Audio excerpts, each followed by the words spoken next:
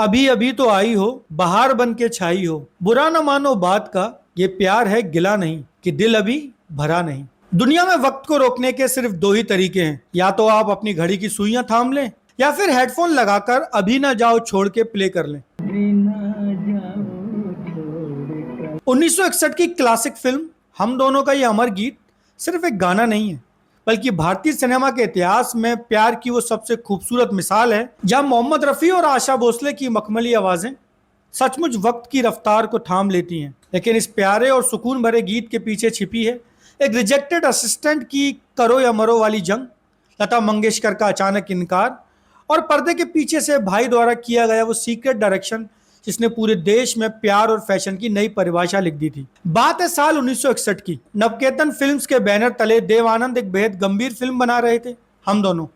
कहानी थी युद्ध की भयानक तबाही, दो हमशक्लों के ड्रामे और बिछड़ते रिश्तों की। फिल्म की शुरुआत में एक ऐसा रोमांटिक गीत चाहिए था जो दो प्रेमियों के बीच के सच्चे प्यार को इतनी गहराई से दिखा सके कि बाद में जब युद्ध के मैदान में नायक बिछड़े तो उस जुदाई का दर्द सीधे दर्शकों के दिल में उतरे। नवकेतन की फिल्मों में संगीत हमेशा महान संगीतकार एस डी बर्मन साहब का होता था, लेकिन उस समय बर्मन दा की तबीयत खराब थी। ऐसे में उन्होंने खुद देवानंद साहब से अपने सबसे काबिल असिस्टेंट जयदेव के नाम की सिफारिश की। जयदेव लंबे समय से बर्मन दा के सहायक के तौर पर काम कर रहे थे, लेकिन उन्हें अपनी अलग पहचान बनानी थी। उनके लिए मौका किसी बड़े इम्तिहान से कम नहीं था। जयदेव ने जब इस धुन को तैयार किया तो उनके सामने सबसे बड़ी चुनौती थी कि बिछड़न के इस गीत को रोने धोने या भारी दर्द से बचाकर एक खूबसूरत गुजारिश में कैसे बदला जाए। इसके लिए उन्होंने कलम थमाई महान शायर साहिर लुधियानवी को। साहिर साहब ने कहानी के माहौल को पकड़ा, जहां बेरोजगार आनंद और अमीर घर की मीता शाम के वक्त एक सुनसान पहाड़ी पर मिलते हैं और मीता को अपने सख्त पिता के डर से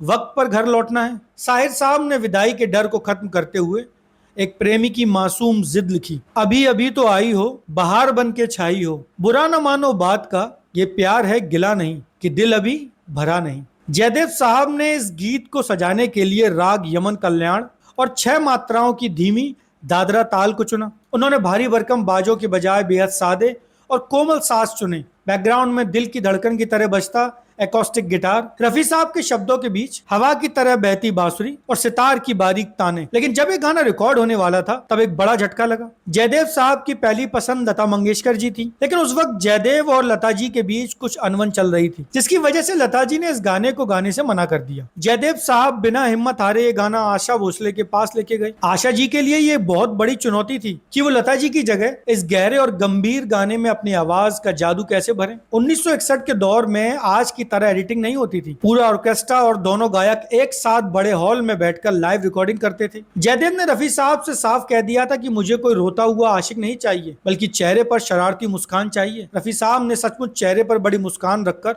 स्माइलिंग वॉइस तकनीक से गाया और आशा जी ने अपनी आवाज से वो मीठी सी हिचकिचाहट, नहीं अभी नहीं, जब उस गाने में पिरोई तो रिजल्ट आपके सामने है। दोनों दिग्गजों ने बहुत कम टेक्स्ट में इस बारीक गाने को रिकॉर्ड करके अमर कर दिया। स्टूडियो में जादू रचने के बाद अब बारी थी इसे पर्दे पर उतारने की। कागजों पर फिल्म के डायरेक्टर अमरजीत थे, लेकिन फिल्म की पूरी कहानी, गानों की प्लानिंग और असली डायरेक्शन देव आनंद के छोटे भाई विजय आनंद यानी गोल्डी साहब कर रहे थे। उस वक्त साधना नहीं थी और देव आनंद जैसे बड़े स्टार के सामने नर्वस थी। जब साधना को देव आनंद का हाथ पकड़ना था तो दोनों थोड़ा झिझक रहे थे, लेकिन विजय आनंद साहब ने दोनों को सीन समझाया और बिना किसी बनावट के सिर्फ आंखों के इशारे और सादगी से उस बगीचे के सीन को शूट कर लिया। साधना के माथे को कवर करने के लिए जो नया हेयर स्टाइल बनाया गया वो इसी गाने के बाद पूरे भारत में साधना कट के नाम से लड़कियों का सबसे बड़ा फैशन ट्रेंड बन गया था। वहीं इस गाने में साधना द्वारा पहनी गई कलाई घड़ी उस दौर के युवाओं के लिए प्यार का एक बड़ा सिंबल बन गई थी। फिल्म रिलीज होते ही बॉक्स ऑफिस पर ब्लॉकबस्टर साबित हुई। फिल्म ने उस समय करीब 2.25 करोड़ की कमाई की। देवानंद साहब के डबल रोल, साहिर के खूबसूरत बोल और जयदेव के संगीत ने इतिहास रच दिया। जयदेव साहब सिर्फ एक असिस्टेंट से उठकर देश के बड़े संगीतकारों में शामिल हो गए। उन्होंने आगे चलकर 3 नेशनल अवार्ड जीते। इस गाने की दीवानगी का आलम यह था कि रिलीज के ठीक 50 साल बाद 4 फरवरी 2011 को इसे पूरी तरह रंगीन करके